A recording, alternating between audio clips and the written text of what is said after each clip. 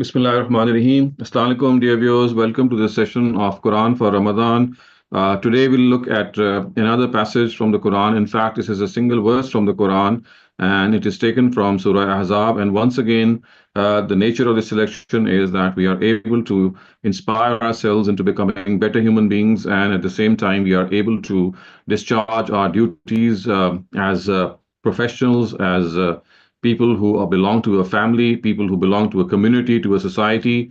And we have to understand that it is this very important aspect of human life to become a good person, to become, in fact, to strive to achieve, to become a high achiever as a human being. That is the basic requirement of religion, and that we are trying to actually create an awareness of in this holy month of Ramadan by selecting various passages which relate to our own personality development. So I'm just going to share my screen with you regarding today's passage. As I said, this is composed of a single verse of the Quran, a very comprehensive verse. And this is actually verse 35 of the 33rd Surah of the Quran, which is called Surah Ahzab. I'm going to read the text and translation. Bismillahir Rahmanir Rahim. Innal Muslimina wal Muslimat wal Mu'minina wal Mu'minat wal Qanitina wal Qanitat والصادقين والصادقات والصابرين والصابرات والخاشعين والخاشعات والمتصدقين والمتصدقات والصائمين والصائمات والحافظين فروجهم والحافظات والذاكرين الله كثيرا والذاكرات أعد الله لهم مغفرة وأجرا عظيما. However, all his favors and blessings are not confined to this house only, referring to the house of Abraham. In reality, men and women who are Muslims, true believers, worshippers, truthful, patient, humble before God, charitable, who fast, guard their private parts, and remember God in abundance. God has prepared for them also forgiveness and a great reward. So you can see, dear viewers, that this verse actually encompasses 10 very noble attributes which God expects us to inculcate in ourselves. And to him, this is the epitome of a human being. We'll also notice that on a few occasions in the Quran, men and women have been cited side by side, and this is one of those occasions. Otherwise, normally the Quran cites the male gender and subsumes the female gender under it. But here, in order to stress the fact that how a person, whether he is a man or a woman, has to profess this conduct, this character. And as you can see from the last part of this verse, أَعَدَّ اللَّهُ لَهُمْ مَغْفِرَةً وَأَجْرًا عَظِيمًا, that God is prepared for them forgiveness and a great reward. So basically, this is something that we have to strive for, to earn God's forgiveness, to earn his pleasure, and to earn his mercy and a great reward. If you count that these attributes, you'll find that there are 10 in number. So these 10 attributes actually epitomize a human being. It epitomizes how we can become true believers and true submitters to God. And it starts off with the first of these attributes by saying, Al-Muslimina wal-Muslimat. So Al-Muslimin, of course, is the plural of Muslim, and Muslimat is the plural of Muslima, and it refers to people who submit. And you can see that the person who submits is a person who regards God to be the real cherisher, God to be his or her creator, God to be someone who is always going to be the supreme being who created him, and as such, all human beings must submit to him. In fact, this is the essence of religion. This is the essence of Islam. And this is something that you'll find that in our earlier scriptures. For example, we know from Surah Hajj that it was Prophet Abraham who had named us Muslims in his own time. So this title of Muslim is something that is carried forth by all of us since the time of Prophet Abraham, and which actually should be an eye-opener for us to actually understand that as far as the Jews and Christians are concerned, they were also Muslims of their own times. It is just that they changed their status or their names later on.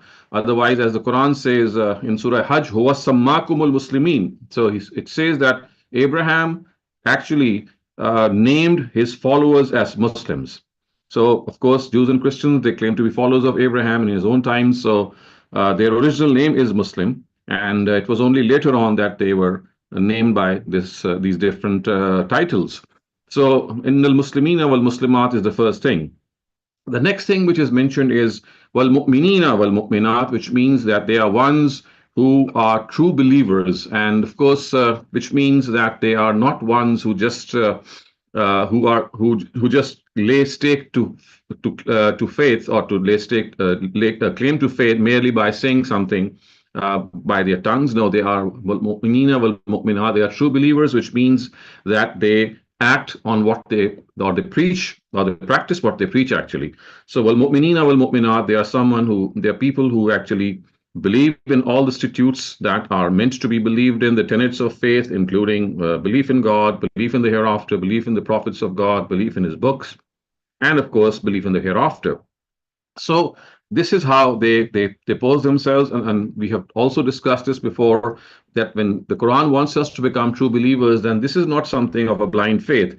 Uh, Quran wants us to believe in a manner that we are able to fully understand why we believing in whatever we are asked to believe. So basically, this faith is not like a dogma. It's like a rationally understood reality. Believing in God, believing in the hereafter, these are not things that are imposed upon us, and they don't have any proofs of their being or their existence. So every single thing that we are required to believe in, we know from the Quran that it has furnished copious evidence and proofs in favor of it, so that we are fully able to understand it through our minds and gauge it through our intellect. And precisely that is why we know from the Quran that the Quran actually addresses the mind and your in intellect, and that intellect and that mind, of course, can only be addressed if whatever it is addressed with is bolstered, and it is ratified by reasoning and by arguments. So that is precisely what the Quran has said here, that al mu'minina wal mu'minat.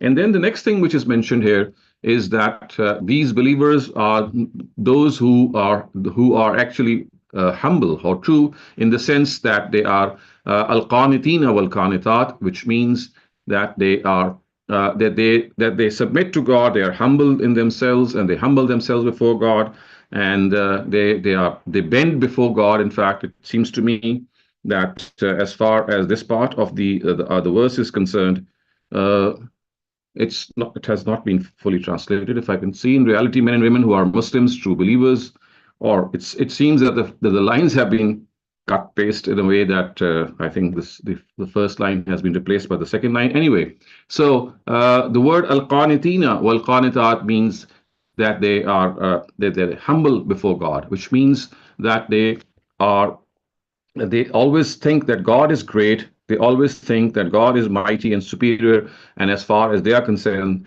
they humble before Him. They regard themselves to be someone who always regard God to be someone who must be submitted to.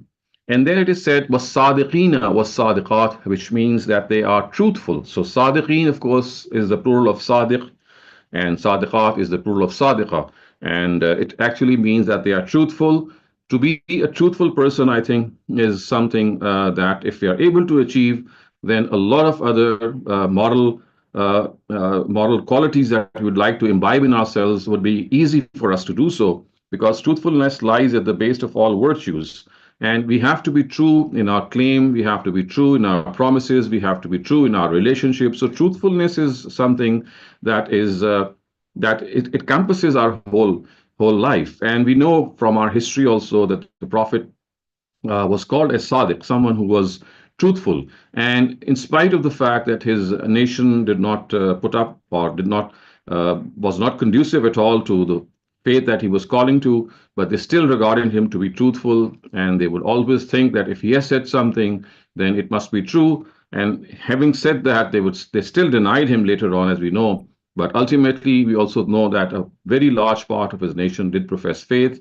And I think one of the things that really inspired them was this unwavering truthfulness from the Prophet, in which he bore a lot of persecution, not only he himself, but his followers as well. But they stuck to their invitation, they stuck to their job, and they were rewarded as a result. And the next thing which is mentioned is that these believers are as-sabirina was-sabirat, which means that they are patient. So patient means that they are steadfast, that they in no way consider themselves when they face a challenge that they must just give up. So remember patience. In fact, if I take this liberty, I can say that a very accurate translation of the word sabr, the way it is used in the Arabic language, is actually perseverance. It is actually being steadfast. So remember, patience gives us the impression as if we have no option but to be patient.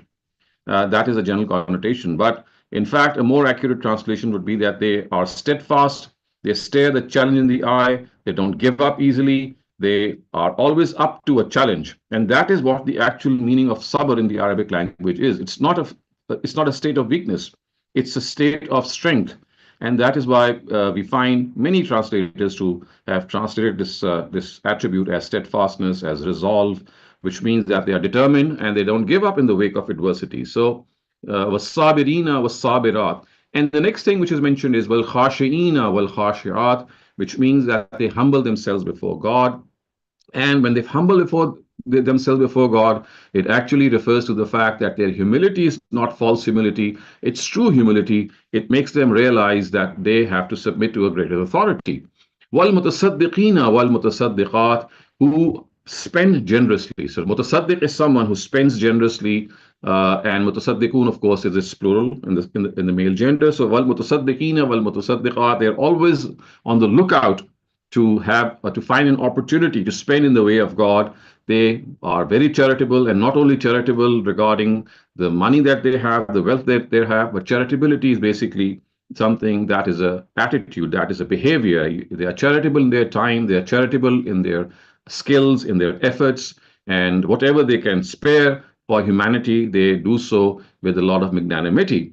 Wasa'imina wasa'imat, this refers to people who fast. And fasting, of course, here refers to the optional fasts that are something that the Quran has urged us to keep even when the month of Ramadan is over. So once this Ramadan month goes away, the Prophet used to fast in various months, and we know from Aisha's narrative and her reports that the Prophet would fast 3 days every month, and for this he would actually find out time, and this would be different for each month. But normally, as she would say, that these dates would be the 13th, 14th, and 15th of every lunar month in order to do so. So the next thing which is mentioned is wal hafizina furujahum wal hafizat, which means that they are people who guard their private parts, which means, of course, that as far as they are concerned, they do not indulge in extramarital relations or relations which are out of wedlock. For them, the only true way to satisfy their sexual urge is through, I mean, whenever someone else is involved, is through their own wives and through their own spouses. So the Quran has made it absolutely compulsory that family life is something which lies at the base of our society. Anything which is going to dent this family life is proscribed. And we know that there can be nothing more lethal than adultery or out of wedlock relations that can really cast a dark shadow on family life. And that is why the Almighty has prohibited it. The last thing which is mentioned is وَالذَّاكِرِينَ اللَّهَ كَثِيرًا وَالذَّاكِرَاتِ, who actually remember God in abundance. Now, of course, remembering God in abundance means that they have a living connection with God, a living relationship with God. It's not that they just start uttering words without even knowing what they are uttering, or using beads for that, as is our custom today. So instead of that, they have a living relationship, and that relationship actually comes into being when they respond to various phenomena that they come across every day in their own lives. For example, when they see something beautiful, something that really inspires them, they say Subhanallah spontaneously. So basically, zikrullah is something that has to be done in a spontaneous way. When they find something has come their way, they say Alhamdulillah. This is also a form of zikr. So it's a meaningful response to something that comes that we come across. Similarly, when we do something bad, we repent before God and we say Astaghfirullah. This is also a form of zikr, which means that we ask for God's forgiveness. And then, of course, inshallah, that's another form of zikr, which means that when we plan to do something in future, we always wish that this is something that will happen if God's will is going to be at our support. And all these things basically constitute zikrullah. And for them, God says, أَعَدَّ اللَّهُ لَهُم مَغْفِرَةً وَأَجْرًا عَظِيمًا, that God is prepared for such people maghfirat and ajr azim, which means forgiveness and a great reward. And we do wish that God makes us people who have these 10 traits in them. At least this is something of a list that we can maybe take a printout of and paste it on our desks or on our phones so that we can look at it frequently. It's a very, very inspirational list, something that we should aspire for all time. So with this, we come to an end to today's sessions. And now if you have any questions, you can raise them. Assalamu alaikum, Dr. Saleem. Just a quick question. So the meaning of sabr is then persevere for all real purposes That is the from the right thing. Quran? Correct. Okay. So the right meaning is, the more accurate meaning is to be steadfast, to persevere, to take things head on and not get yourself or let yourself become bogged down. Because sabr, of course, the patience one also has a, as you said, more of a negative, not negative, but a sadder meaning to it also. It has a weaker connotation, as if you have nothing else to do but to show patience. Right. So that is not what Quran tells us. Whenever it highlights this attribute or this trait in a human being, it is always to point out the fact that they are steadfast, they have determination in the wake of adversity. Okay, thank you so much, Dr. Saleem. Ghazala Abdullah, please unmute your mic and ask your question.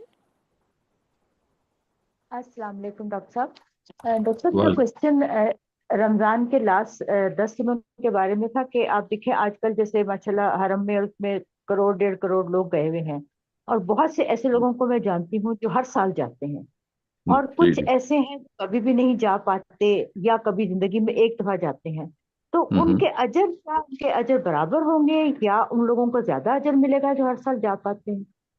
देखिए, जो हिम्मत करके जा पहुंचता है और उसको उसके वसाइल भी अवेलेबल होते हैं, जाहिर है उसका एक दर्जे में अजर है।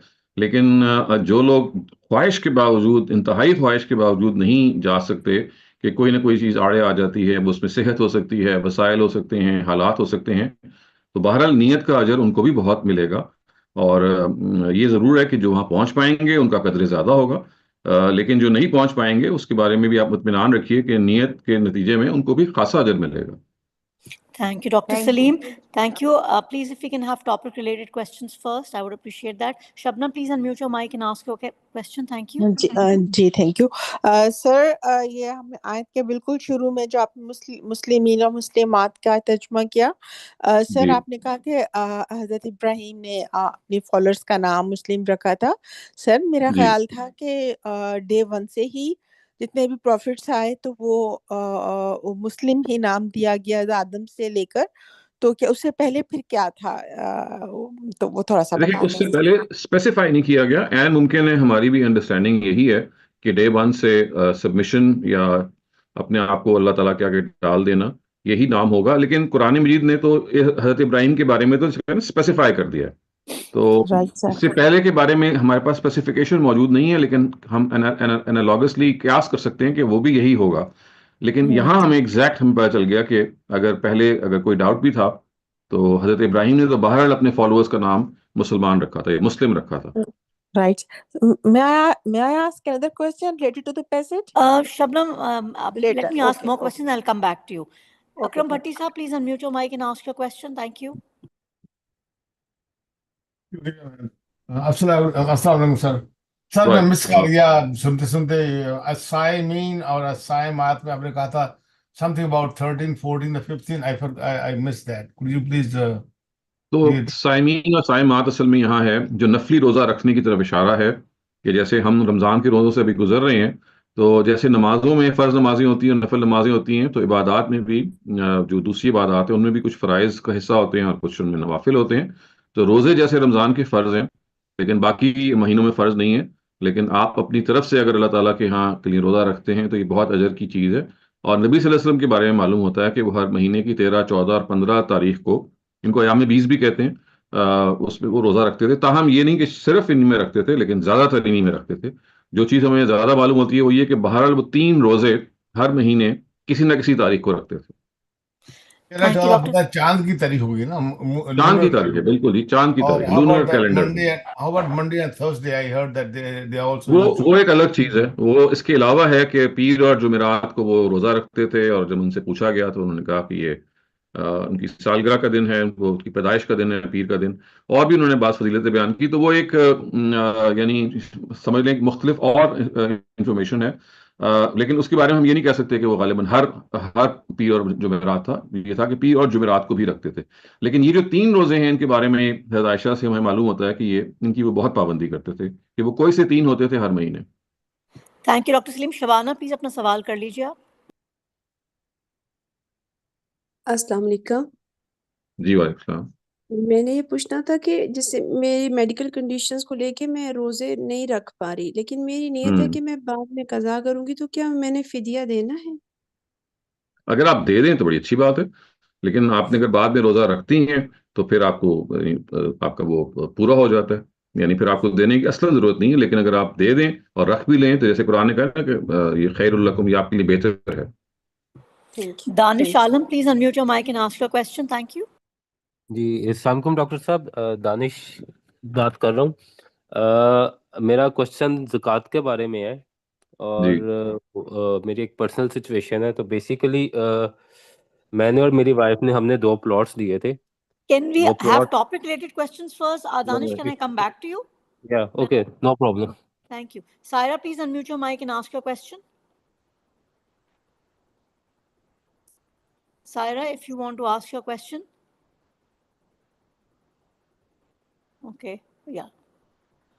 Shabnam, آپ اپنا سوال کر لیجیے. Is it topic related? جی جی جی بالکل. Go ahead. جی سر, آپ نے پیسج میں 2 ورڈز کا سیم ترجمہ کیا, قانتین اور خاشعین. سر وہ سیم ہے قانتین کا تو جی, خاشعین کا تو مطلب ہے کہ ہمبل اور سیلف. تو قانتین کا مطلب ہے اللہ تعالیٰ کے آگے جھکنے والے, قنوت کرنے والے. قنوت کہتے ہیں نا جھکنے والوں, کہہ سکتے ہیں. یعنی اصل میں یہ ہے کہ یہ اندرونی کیفیت ہے. اوبیڈینس کا اظہار ہوتا ہے خارج سے, اور قنوت کا اظہار ہوتا ہے داخل سے. اور خاشعین کا مطلب ہے ہیوملٹی, اپنے آپ کو خدا کے آگے گرا داں عاجزی کے ساتھ. Right, sir. Thank you, sir. Okay, I don't see. Can you hear me?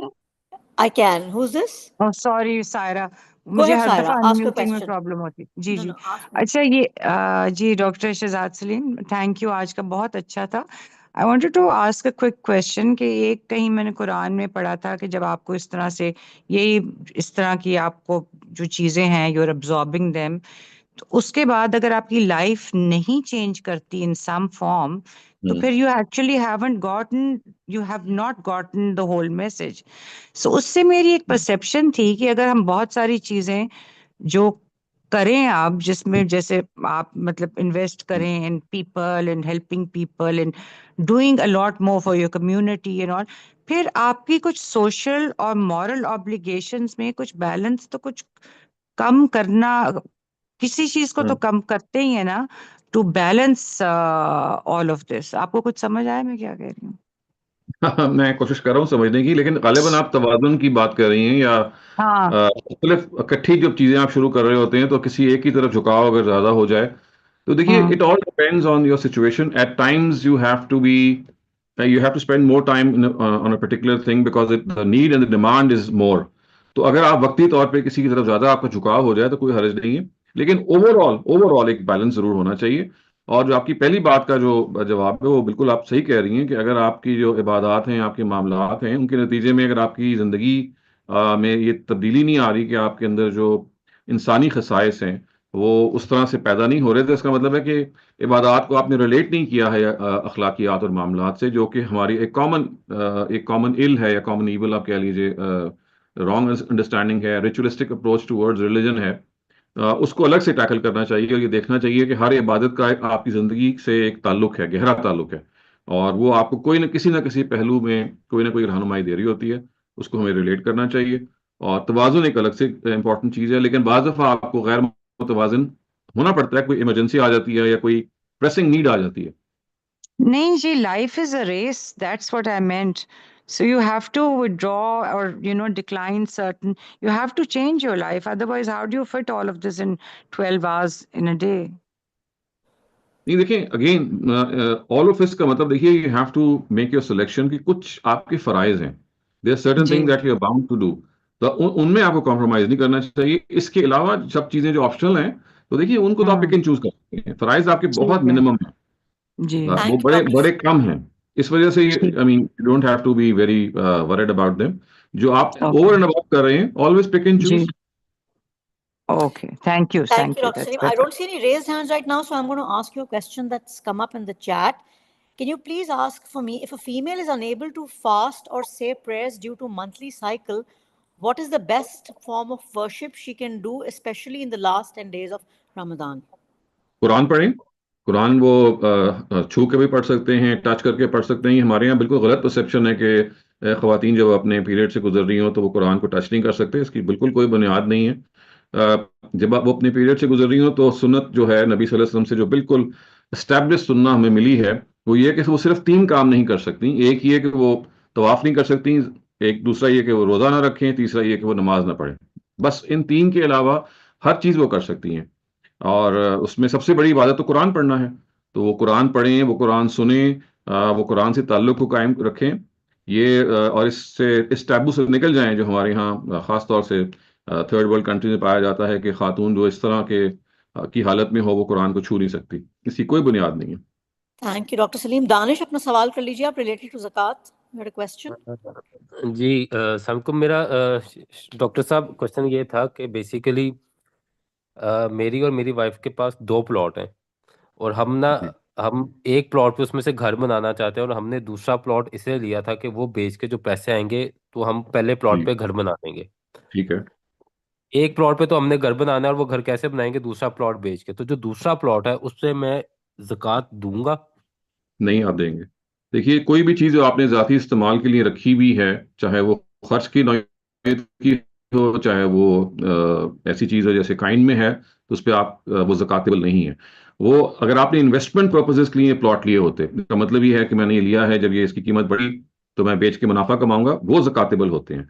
आपने तो ये किया है कि आपने एक बेचना है, उससे आपको जो वसाइल हासिल होंगे उसको आपने घर बनाने में लगा देना है, तो इन दोनों पे आपकी ज़कात नहीं. पर उसमें मेरी एक पर्पस ये भी था कि जो सेकंड प्लॉट है मैंने वो इसलिए भी लिया था कि अगर उसमें मतलब उसकी कोई वर्थ मतलब 40 लाख है, वो अभी इतनी सफिशिएंट नहीं है कि मैं उसे बेच के घर बना सकूं. तो मेरी अगर उसमें फॉर एग्जांपल उसकी वैल्यू बढ़ती है, वो 40 की बजाय 45 हो जाता है, तो तब भी क्या मैं ज़कात एप्लीकेबल देखिए, होगी? वो 45 अगर होता है तब भी तो आपने इसको घर बनाने में इस्तेमाल करना है ना आपने. यानी वो कीमत जो बड़ी भी कीमत है वो भी बमुश्किल इतनी ही होगी कि आप उसको घर पे यूज कर सकें. तो वहां आपका मकसद ये नहीं है कि वो आप उसको बेच के कोई आपने कोई और अखराजात करने हैं या आपने कमाई करनी है. वहां मकसद वही है कि जो घर आप बनाना चाहते हैं उससे वो अखराजात पूरे हों, और इस वजह से उस पर ज़कात नहीं होगी. Thank you Danish. Thank you for your question. Nadia, please unmute your mic and ask your question. जी अस्सलाम वालेकुम डॉक्टर शहजाद.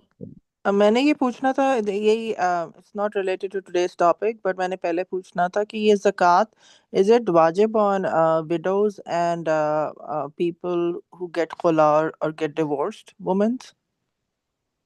देखिए, ज़कात का ताल्लुक तो it's not related to your state of being married और अनमैरिड और बीइंग अ डिवोर्सी और अ विडो. वो इस सिचुएशन में कि आप अगर अर्न कर रहे हैं और कुछ सेव कर रहे हैं, तो अर्निंग पे ज़कात है और सेविंग पे ज़कात है. तो that is something of a, इसको ऐसा समझें कि इबादत की चीज़ों में से एक इबादत है. तो अगर आपके पास आप कोई अर्निंग आपके पास आ रही है किसी भी पहलू से और वो अर्निंग साल के आखिर में आप सेव भी कर रही हैं, तो आप दोनों पे ज़कात देंगे. अर्निंग पे आप 10% देंगे और सेविंग पे आप 2.5% देंगे.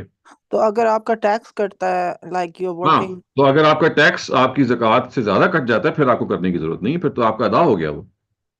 Okay, thank you. Doctor Salim, I have a question since we have no more raised hands.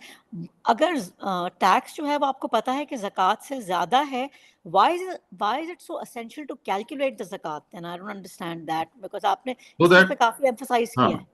क्योंकि उसकी वजह ये ना, आपको पता चल जाएगा कितना ज्यादा है और उस ज्यादा को फिर आप आइंदा भी इस्तेमाल कर सकते हैं. आपके पास एक्स्ट्रा पेड अमाउंट है, तो उस पेड अमाउंट को नेक्स्ट ईयर अगर आप जब ड्यू होती है, जब व्हेनेवर इट इज ड्यू, तो you can use that for your own advantage. Okay, I don't have any more raised hands, Dr. Saleem, right now. Okay, I have no more raised hands. So inshallah, we'll see everybody tomorrow. And thank you for a wonderful session, Dr. Saleem. Appreciate you.